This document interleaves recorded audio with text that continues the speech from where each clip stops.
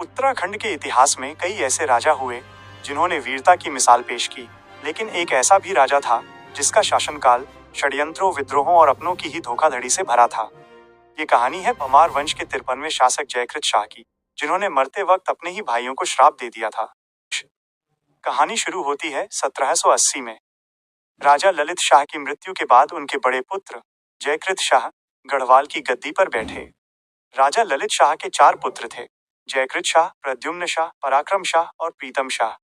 लेकिन अफसोस, जयकृत शाह और प्रद्युम्न शाह सौतेले भाई थे और उनके बीच कट्टर दुश्मनी थी।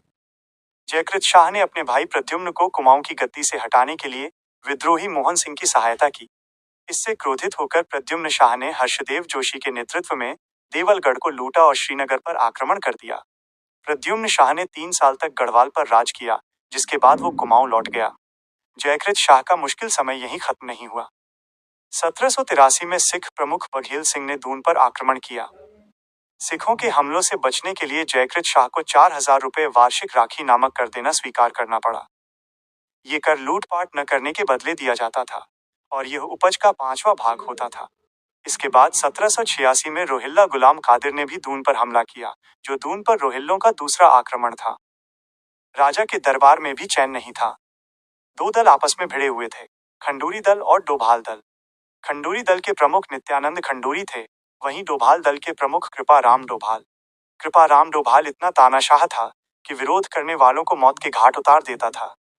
उसने हर्षदेव जोशी के साथ मिलकर नित्यानंद खंडूरी की आंखें तक निकलवा दी थी।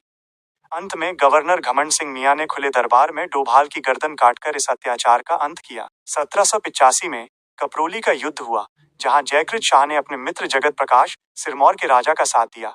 वहीं उनके भाई प्रद्युम्न शाह ने दुश्मन हर्षदेव जोशी का साथ दिया। इसी दौरान जोशियाड़ा कांड हुआ, जिसमें हर्षदेव जोशी के नेतृत्व में कुमाऊनी सेना ने गढ़वाल पर भारी आक्रमण किया। अपने ही भाइयों का राज्य के प्रति लालच, मंत्रियों के षड्यंत्र और सबसे खास विश्वास पात्र धनीराम द्वारा धोखा दिए जाने से राजा जयकृत शाह अंदर ही अंदर टूट गए। हताश और निराश होकर वह मानसिक शांति के लिए देवप्रयाग के रघुनाथ मंदिर चले गए। कहते हैं कि मरते समय उन्होंने अपने भाइयों प्रद्युम्न शाह और पराक्रम शाह को श्राप दिया था।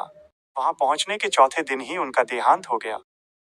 दोस्तों, हर्षदेव जोशी को उत्तराखंड का मैकियावेली या कुमाऊं का चाणक्य कहा जाता है, लेकिन उनके और अपनों के षड्यंत्रों ने जयकृत शाह के शासनकाल को इतिहास का सबसे अशांत दौर बना दिया।